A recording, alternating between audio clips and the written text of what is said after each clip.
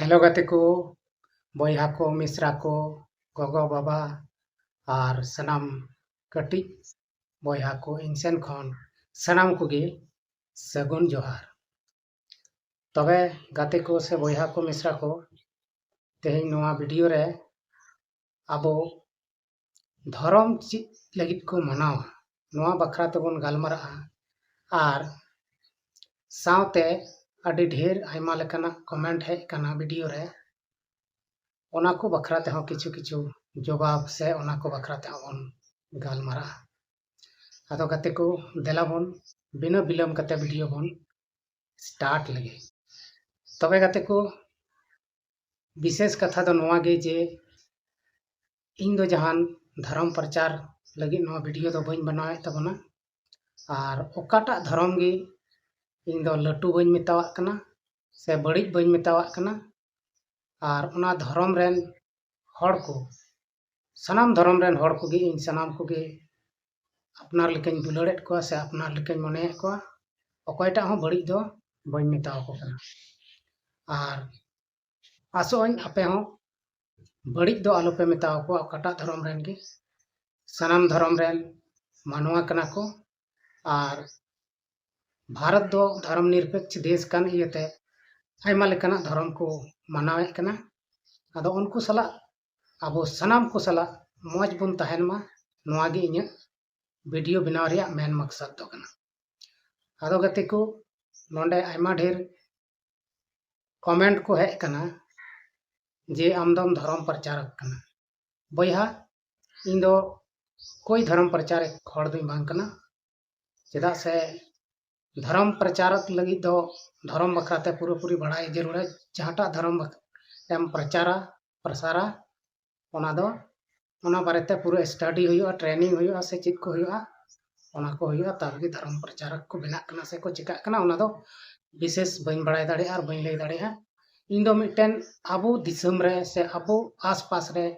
अडी जायगा रे तापाम झगड़ा हुआ कना ईसाई बिदिन बखराते ओना तेगी उनको जतो हड़ अब ची लेकाते जुमिद बुन तहना और जुमिद कते तीना फायदा मेना और लड़ाई झगड़ा कते तीना नुकसान मेना नोआ को बखरा तेगी मेने कान तबना जे तापाम झगड़ा कते दो कोई फायदा बनुआ अब तीना सुलूक शांति तेबन तहना उनग गे मौज हुआ चेदा से अब आयमा धर्म बन मनावदा और मिट जायगा रे बन तहन कना आबो मिट जायगा रे तहे कते जुदी धर्म बखरा तबन लड़ाई झगड़ा खान दो मौज दो बांग हुआ ओना इयते बाबन झगड़ा मा और आबो दो एनते एसटी कना बन आदिवासी आयमा लेकाना धर्म बन मनावेत कना और आयमा लेकाना धर्म मनाव हो जरूर कना चेदा दो से धर्म धरती बन तहन खाय से मानवा जन्म कान खाय तबन धर्म दो मनाव तगे हुआ आदो धर्म दो ची लगी को मनावदा धर्म दो अंतर जीवी रे शांति नाम लगी को मनावदा हम जहाटा धर्म के मनाए कान अंतर जीवी रे हम शांति नामा धर्म एम कम खाय धर्म एम मनाव बताव खाय दो हम शांति नामा आदो हम जहाटा धर्म के मनाए कान विभिन्न धर्म में मनाए सरना धर्म में मनाए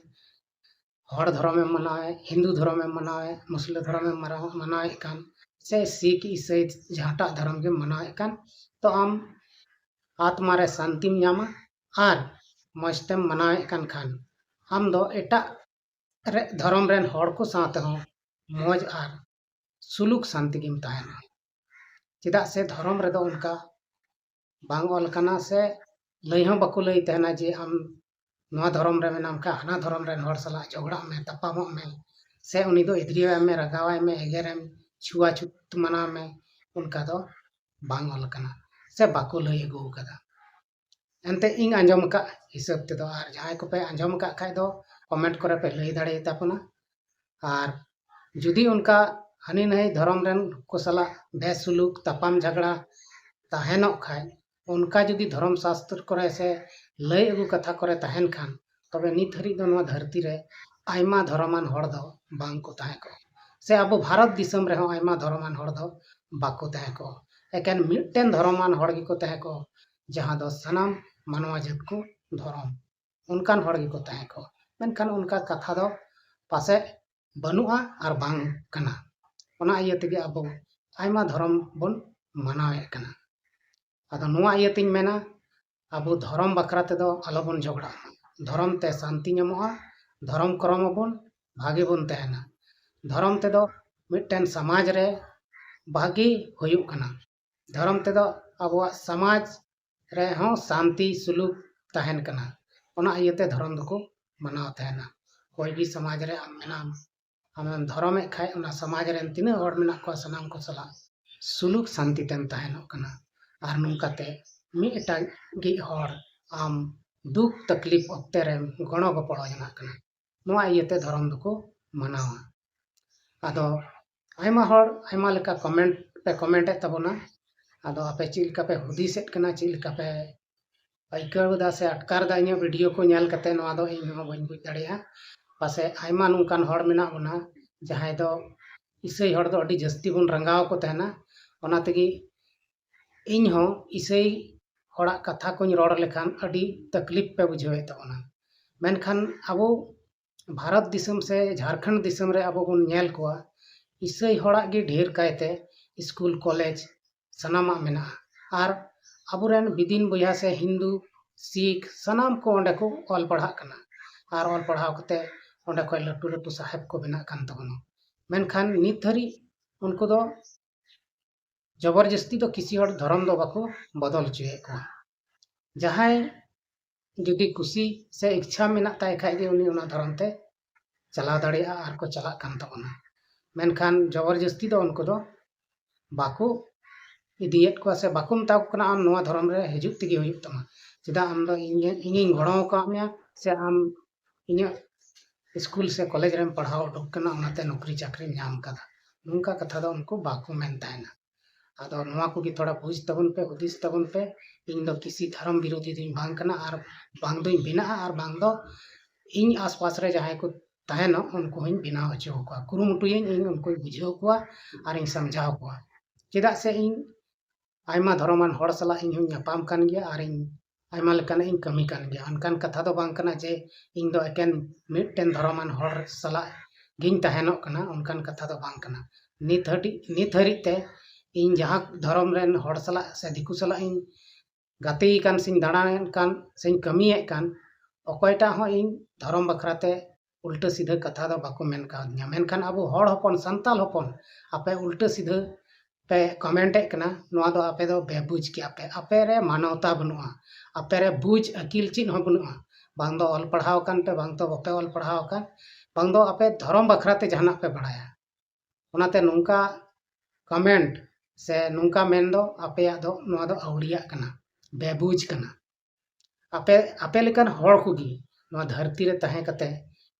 अपनार बोया से अपनार ओड़ा हर से अपन गिदर पिदर सला हो सुलूक शांति ते बांग को तहे दाड़िया कना आर बाको तहेना उनको दो तबे नोआ को दो बुझाव रिया कथा कना बोया को आपे बुझाव तबन पे जे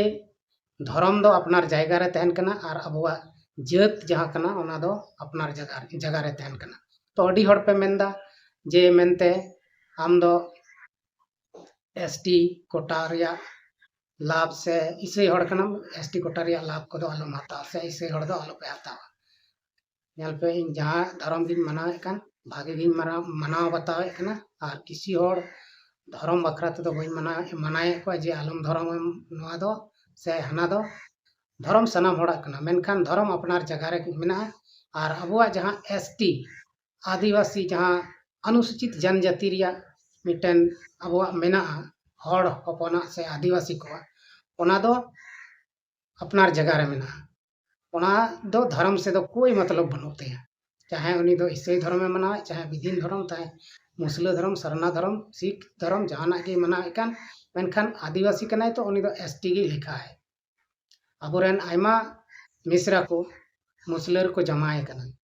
मुस्लिम रे जमाए कते रहो नितो एसटी रिया लाभ को उठावदा अडी जायगा को नौकरी कना नोते दो मुस्लिम रे जमाए कना आय मुस्लिम कना मेनखान आदिवासी रिया जहां एसटी रिया आरक्षण कोटा कना ᱚᱱᱟ ᱨᱮᱭᱟᱜ ᱯᱷᱟᱭᱫᱟ ᱩᱱᱤ ᱩᱴᱷᱟᱹᱣᱫᱟ ᱟᱹᱰᱤᱜᱟन ᱡᱟᱭᱜᱟ ᱨᱮ आरक्षण का मुखिया पंचायत समिति आयमा लेकान को जिताव कना और अंडा को कमी कना तबे नहय नवा को बाबन नेल नाम दाड़ी कना और नवा को दो जैसे अब बन बड़ाई गया अब समाज नौका मेना जे जहां गोगो हड़ एटा जात रे से एटा टाइटल एटा परिस रे बापलायना तो उनी दो ओना परिस रे ना हुयु कना जैसे हेम्ब्रम कुड़ी जुदी मुर्मू कड़ा रे चलावना तो मुर्मू खानदान रे होइना उनी दो ओंडेना टाइटल कोगी गिद्रा को ऑल तया से अलग तया और आया नैहर रे चित को मेना ताय ओंडेना दो सनामे चाबा कान तया से इका गिडिया कना उनका गे गोगो हड़ दो जुदी मुसलर को जमाया कान तबन खाय उनको दो ओंडे को चलावना उनको दो को मुसलहिना एनते हो उनको मुसले कते रहो उनको एसटी खन फायदा को उठावे कान गया आदो नहय नवा दो तिना मौज हुयु कना ना दो आपे पे लई दाड़े ताबन और नते इसे हड़ मा तो धर्म को बदल का उनको दो जात तो बको बदल का और जहां जात को बदल दा उनको दो एनते हो फायदा को उठादा उनको से दो बापे आंजमे तबन से बापे में लुतुरदा इसे हड़ गे टारगेट दमना अरे नवा धरती रे इसे और बिदिन रोड़ा तपाम झगड़ा कते दो ची हो बापे नाम तबना जुमिट रे पे तहन खाय जतो हड़ मौज तबन तहन हो इसे हड़ हो बिदिन हड़ हो और मिटन बहाय कमेंट का तबना जे आम दो बोका गियाम आम दो ओड़ा रे दुड़ुब कते वीडियो बनावदा आतु से दो बाम चला कना आले आतु हे कते नेल को इसे हड़ ओका लेका को झगड़ा कना अरे बया इसे हड़ हो मिटन मानवा कना को उनको को झगड़ा गया नवा दो बई उनको को झगड़ा बाको झगड़ा तिस से एटा हड़ सला बाको झगड़ा धर्म बखराते उनको दो बाको उना दो झगड़ा तहना ठीक गया जहां एटा इसे हड़ जदि मौजते बाइबिल कोई पढ़ा कना तबे उनी दो धर्म बखराते दो एटा हड़ सला बाय झगड़ा और धर्म बखराते दो कोई हो बाय जोर जबर को और जदि उनी क्रिश्चियन कनाय से ईसाई कनाय और उनी दो बाइबिल की बाय पढ़ा बाइबिल पढ़ाव कते उना रे चित ऑल कना उना बखराते भिसते बाय हुदिस गांडोना तबे दो उनी दो तपाम झगड़ा गया और कुंका कुंकिल के गालमरा गया तो इसे हड़ दो नवा दो बको मेनदा नुकु बिदिन हड़ अडी खराब गया को बड़ी गया को उनका दो तीस हो बको मेना चेदा से उनको जहां खटी इसे कना को जहां इसे बखराते बिस्ट को बड़ाय उनको बको मेना और जहां बाकू बड़ाया उनको दो को मेन गया उनको दो को आयमा किछु को मेन दाड़िया और आयम झगड़ाय खाय आम झगड़ा गया नवा दो मानवा मिटन रीति कना से रिवाज कना जहां मान लिया थीर कना उनी तुकुजियाम दालेयाम तपामियाम तबे दो उनी हो तपाम झगड़ा में चेदा से उनिया हो अंतर जीवी मेना तया और मानवा कनाय तो मानवा झगड़ा खाय दो झगड़ा गया उनकान कथा दो बांग कना जे उनी इसे हड़ कान खाय दो बाय झगड़ा से बाय तपाम उनका दो कभी बांग होई दाड़िया और से बांग हुयु कना तबे इन मेना जहां अतु रे आपे अतु रे को झगड़ा कान तपामो कान उनको ची इयत को झगड़ा कना ओना दो अंते इन बइन बडाया आम ओना दो कमेंट रेम लई दाड़े ताबना और चिदा को तपामो कना ओना दो उनको गिको बडाय दाड़ेया और तपाम झगड़ा दो बांग जरूर कना अंते चिदा से अब मानवा कना बन और मी जायगा रे बन तहन कना धर्म हालांकि अलग अलग बन मनावदा मी जायगा रे बन तहन कना सनामा मी साव संगे बन कमियत कना एकेन पूजा पाठ तेगी अलग मेना तबन ओना इयते तपाम झगड़ा कते दो बांग तहन चाहिए चेदा से अब अतु करे बन नेल को आयमा जाति को मेना को से आयमा धर्म को मनावे कना जैसे हिंदू को मेना को आयमा लेकान जात को मेना को मुस्लिम को मेना को मिटन अतु रे मेनखान ओना अतु रे अब आदिवासी हो मेना बना और जतो हड़ सला अब सुलूक तबन तहन कना हर दुख सुख घड़ी गणो गपड़ो जना कना बन आदो उनका गी तहन जरूर कना अब दो तपाम झगड़ा दो बांग जरूर कना आदो एनहो बाबन बुझेवा इसे हड़ दो अडी आडबन रंगाव को गे मेना बन नुको दो चिली कान चुको मुसले कना को एनखा मुसले से सला हबन दोस्ती कना और हम उनको हड़ कना को इसे ही कन खाय उनको दो मुसले बन बताव को मनकन मुसले सला दो नुको कोनो संबंध गे बनु तको मुसले मुसले कना को इसे ही कना को नुको एकेन भिन भिन जात कना को आदो वीडियो रिया मेन मकसद दो नवा गे मेना अब आदिवासी को जहाटा धर्म के बन मनाए कन अब जुमिद रेबन तहन मा तबे गे अबो धरती पुरी रे मौज तेबन तहे दाड़िया से अबुआ जहां सरकारी फायदा मेना ओना को बन हताव दाड़िया नितो अबो बन नेल दा अडी गान जायगा रे से अबो भारत दिसम बन मेन के से झारखंड दिसम बन मेन के अबो रे अबुआ जहां दो ऑलचिकी आयमा हड़ को विरोधे कना और आयमा हड़ दो को अपनारे कना मेनखा विरोध दको नहय सुर दिन खो को विरोध दा उन साल खन चला हजु कान तेना उन रे दो अकोयटा गे नोआ बांग को हुदिस दाड़ेदा जे नोआ दो बिस्ते बांग ऑलोक कना बिस्ते बांग रोड़ोक कना नोआ चिकी दो बांग तहन चे मेनखान नितो दो चेदा को विरोध दा उनको विरोधी दो नोआ मतलब गे मेना तको उनको रे मिटन शैताने चपाड़ कना आर उनी शैताना कमी दो नोआ कना जे मेनते नुको संताल से आदिवासी को बन जुमिद चो को और नुको दो जुमिद लेनखान को अडी मारंग नुको रे दाड़े हजुआ और जहाना गे को मेना ओना गे को कमी दाड़ेया ओना कमी कानते और उनी शैतान गे उनको दो बहकाव का को और ओना को विरोध है कना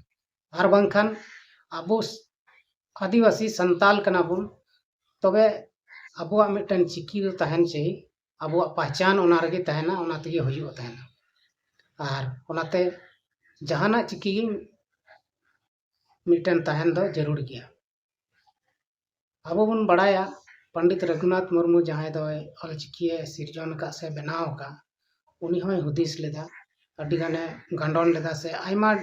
हनते नते खय तुमल जरवा केदा बुद्धि को ईमान को से चिकी को तब मिटन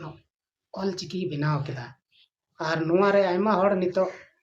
को गणवा कना आयमा हड़ को सपोर्टा कना और नित हबीते चला कना मेनखान अबोरेन किछु गान बांदो राजनीतिक दल कान को बांदो से चली कना को इहो बइन बड़ाय दाड़े किया उनको नोआ बाको कुसिया कना जे नोआ लागू लेन खाय नको आदिवासी को आयमा डेर लाभ होयो तकवा संताल को अडी गान लाभ होयो तकवा उनको उनको के पासे नोआ दको तापाम झगड़ा को एहब चुये को अरे अबो दो अडी सीधे जत कना बन आदिवासी संताल को दो सीधे सदा गया बन नितो गे अबो दो आयमा जत एटा जत को सला गाती कते गे अबो दो बुद्धि बन चिप दा और अपनार अपनार बन लड़ाई कना अब हुदिस बबन हुदिस दाड़िया कना इन ची चिकायदा मेनते मेनखान नोआ को दो हुदिस जरूर कना जहां हड़ जहाना मेताम कन खा ओना बारेते मिद घड़ी हुदिस गंडन में तारपरे आम ओना बखराते जहाना हम चिकाय मेनखान अबुरेन बया मिश्रा को नुका मेना को जहां हड़े लई दिया जे नोआ जिनिस दो नुका कना हनका कना बड़ी गया फलान गया ढकान गया मेनखान ओना उनिया बिना हुदिस गांडन तेगे उनी लड़ाई तपामे एहब केदा और नुका कारण तेगे नोआ ऑलचिकी को विरोधा कना आदो नुको दो बुझाव जरूर कान तकवा जे संथाली दो अबो आदिवासी संताल को कना ओनाते संताली दो बांग विरोधा जरूर कने आदो मिटन बया नुकाय कमेंट का तबना जे मेनते आम जुदी संताल कान खा एम संथालिया ऑल में रोड में और राजभाषा बनाव में बया राजभाषा बनाव इᱧ मने तहन खाय से इᱧ स्कारते हुई लेन खाय तो तीसरी बनाव किया नुनो दिन खर जहां को लड़ाई तपाम कान उनको तो बाको बनाव दाड़िया कना एकेन नोआ बेजुमिद कखानते अपनार अपनार रे जुमिद बनु बना अपनार रे चिको मेना सॉल्व बाबन तहन कना ओना तगे नोआ राजभाषा हो बांग बना कना और ची भाषा हो बांग बनाव दाड़िया राष्ट्र भाषा दो ची बना राजभाषा के बांग बनाव दाड़िया अब उस तलार की तपाम झगड़ा में धर्म बखरा तबन लड़ाई कना आदिवासी को संताल को चिकाते अब राजभाषा हो तबना नित हबी अब बन बड़ाई गया नित हबी ते अब आदिवासी को से संताल को जहाटा धर्म बन मनाए कान सरना धर्म से विदिन धर्म ओना धर्म रे नित हबी ते छुट्टी की बाको पास चो दाड़िया कना चिदा बाको पास चो दाड़िया कना मिटन के कारण में ना तबना जे मेनते अब दो अलग अलग समय रे सनामा परब को बन मनाव तबना जैसे सोहराय हो होइना अलग अलग जगह रे अलग अलग दिन बन मनाए कना तो